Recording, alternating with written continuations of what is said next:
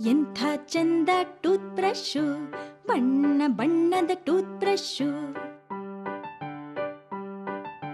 ಬೆಳಗು ಸಂಜೆ 2 ಬಾರಿ ಬ್ರಷ್ಗೆ ಪೇಸ್ಟನ್ನು ಹಾಕುವೆ.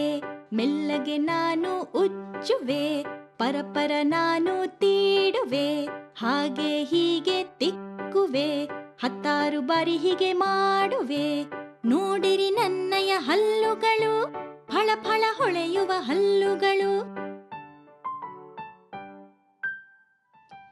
ಎಂಥ ಚಂದ ಟೂತ್ ಬ್ರಷು, ಬಣ್ಣ ಬಣ್ಣದ ಟೂತ್ ಬ್ರಷು.